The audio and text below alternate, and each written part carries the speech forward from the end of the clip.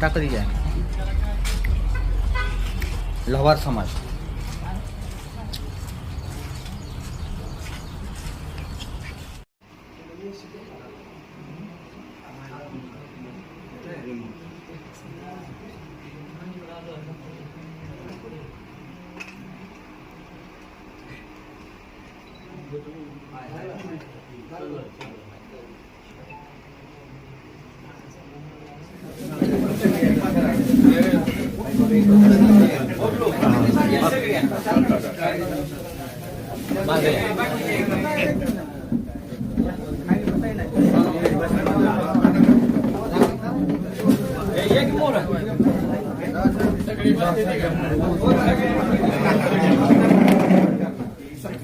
या सोबत जाऊ, या पुढे या, सोबत या, या सोबत या, जवळ या, या अजून कोण पाठी म्हणून जाऊ.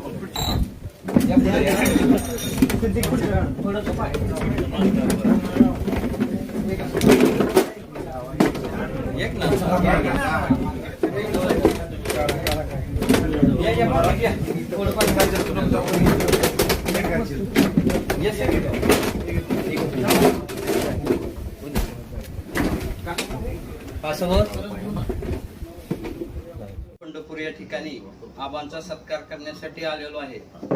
गेल्या काही दिवसामध्ये आझाद मैदानावर उपोषण चालू होतं आणि आबांनी त्यांच्या पीएनला फोन करून उपोषणाची माहिती घेतली आणि व्हॉट्सअपवर टाकल्यानंतर आबांनी विधान भवनामध्ये असा आवाज उठवला की आबा, आजपर्यंत आमचा एवढा मोठा आवाज शिवाजी महाराजापासून जी इतिहास कुठल्याच व्यक्तीने सांगितलं नाही.